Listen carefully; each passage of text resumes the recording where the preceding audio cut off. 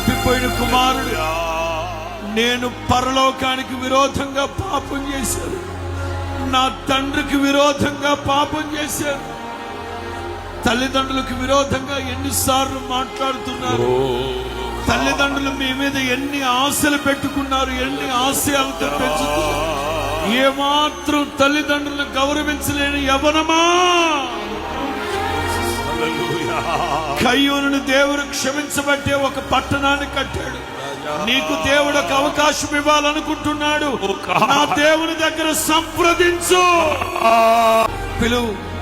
యేసయ్యా, యేసయ్యా, మీ కటాక్షం నా మీద ఉన్నట్లయితే నన్ను దాటి వెళ్ళొద్దు. చూపించు నాయనా, మీ కటాక్షం నా మీద ఉన్నట్లయితే చూపించు ప్రభు, దాటి వెళ్ళొద్దు నాయనా. క్షమించండి నాయనా.